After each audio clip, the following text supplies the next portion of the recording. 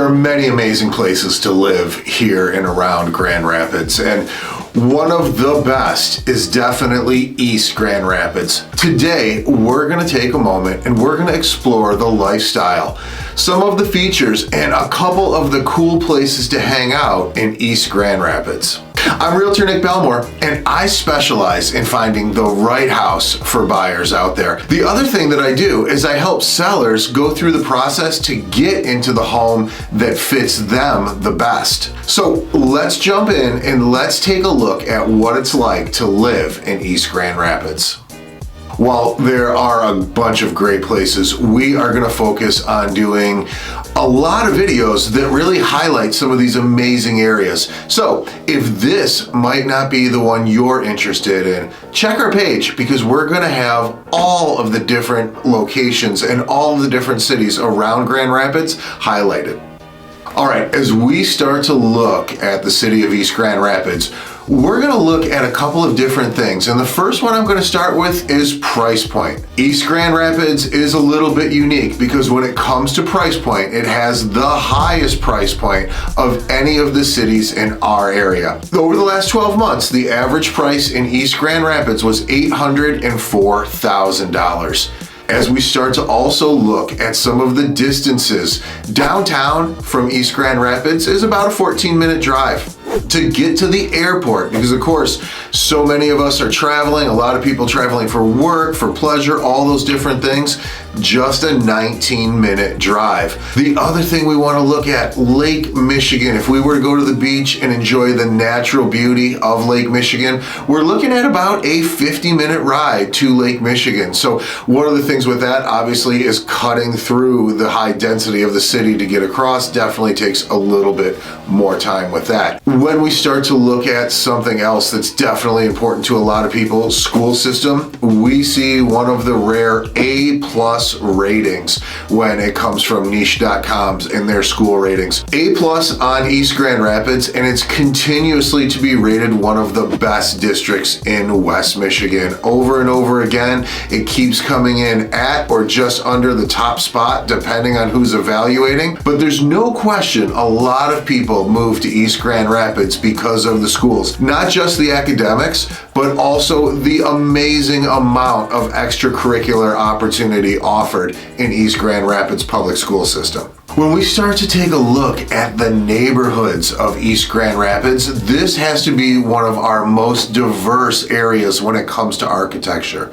And we see so many things from different modern homes to mansions to old style French provincial homes. There is just a lot of different selection. And being one of our most expensive areas, you do not see as much uniformity in some of the homes. Of course, a lot of them may come from the era of the 50s, 60s, and 70s, but they're still amazing showpiece homes. For the most part, yards are also just spectacular in East Grand Rapids, and it's a fun place to even just drive around and look at the neighborhoods. When we start to look at some of the public amenities for East Grand Rapids, there is just a lot of cool things out there, and a bunch of the parks definitely center around Reed's Lake. Reed's Lake is a beautiful place in the middle of East Grand Rapids, and it is an all-sports lake where you can go ahead and do a lot of boating, and there's a ton of cool stuff out there and around the lake. I would say a good 2/3 of the lakefront is definitely covered in beautiful homes, and 1/3 is a good area of public space, and some of it even private businesses or even the yacht club where you can rent and sail boats, and that's an amazing place to check out just the same too. As we start to get into some of the other public amenities, of course, I always want to bring it up because I think it's a super cool thing, is the Kent District Library System. Yes, East Grand Rapids absolutely participates, and they have their own branch of the KDL libraries in there. And of course, it's a beautiful building with just a ton of access, not just to books, but all kinds of media, the ability to do research in their computer, and just a great place to hang out and read a book and spend some time at the KDL libraries. The other thing that I want to definitely talk about is the parks, and there are quite a bit of public parks. Obviously, Reed's Lake, the center of quite a few, or at least adjacent to quite a few of these parks. Of course, the first thing I want to touch on is the canoe and kayak launch at Reed's Lake. This is a public launch, so if you're interested in taking a canoe or a kayak out there, cool place to do it, and there's definitely some trails that go around with that. Remington Park is another one to look at, and they have baseball diamonds at Remington Park. They have a nature trail system in there, a great green space that a lot of people can walk to. The next one is Manhattan Park, a little bit further north compared to Reed's Lake, but a beautiful place, 46 acres of nature in the park. Of course, there's the playgrounds, all that different type of stuff in there just the same. John Collins Park, also another beautiful place in the area. They do have the nature trails, dogs are allowed, and John Collins Park has a public boat launch as well if you want to go ahead and enjoy the lake. So when it comes to things to do, of course, East Grand Rapids definitely a little bit smaller area geographically than some of our other ones. So while it doesn't have all these different stores and a lot of that type of stuff, because the majority of it is absolutely residential, it does have some really cool places though that you can visit. One of them is the Gaslight Village, and the Gaslight Village is a really cool mini downtown that they've created in there, and it really has so many cool public spaces along with a lot of the businesses that are in there. Of course, it's a trendy place to go, so there are a ton of really cool restaurants. A lot of them are going to make the restaurant list we're going to talk about as we get further into the video, but it's not just that. It's also unique small shopping areas, and there's a lot of people that run their business and their service-based businesses out of the area, all the way from really beautiful upscale salons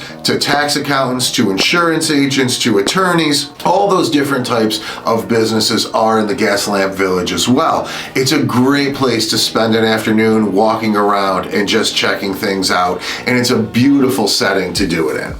The next thing that we want to talk about, the Grand Rapids Yacht Club right on Reed's Lake. It is a club for sailing boats and just a social club as well. They do have a small private beach that is absolutely beautiful on the lake. Of course, there's food, all that other stuff. You can store your sailboat there. They also have rentals, and they also give sailing lessons. So definitely worth the time to go ahead and check that out.